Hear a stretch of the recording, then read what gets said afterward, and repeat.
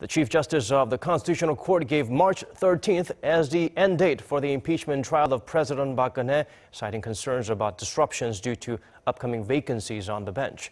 The move is expected to have a considerable impact on the complexion of the presidential election. Our Ji-yeon starts us off. Constitutional Court Chief Justice Park Han-chul said Wednesday the impeachment trial should end by March 13th to coincide with the end of Justice Lee Jung-mi's term. He said the opinions of each of the 9 justices are significant, and bringing in a new justice could have a negative impact on the trial outcome. On top of that, this is to be Chief Justice Park's last trial as his term ends this month.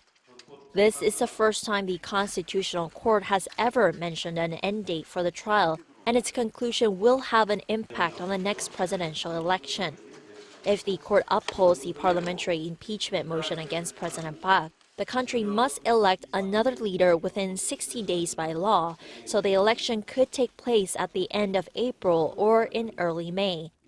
If the court rejects impeachment, President Park will return to her duties, and the next presidential election would take place in December as scheduled.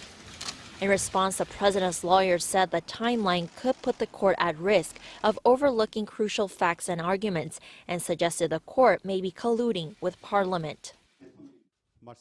We were shocked by Chief Justice Park's remarks and can't help but question the court's impartiality.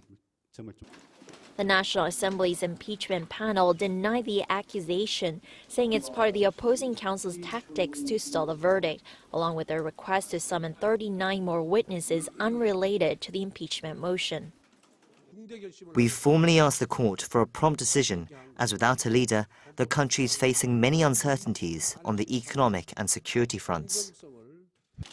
During the morning session, former Culture Minister Ji-yeon testified to the existence of a blacklist of artists deemed critical of the government and said he was ordered by the presidential office to exclude those on the list from government funding or sponsorship.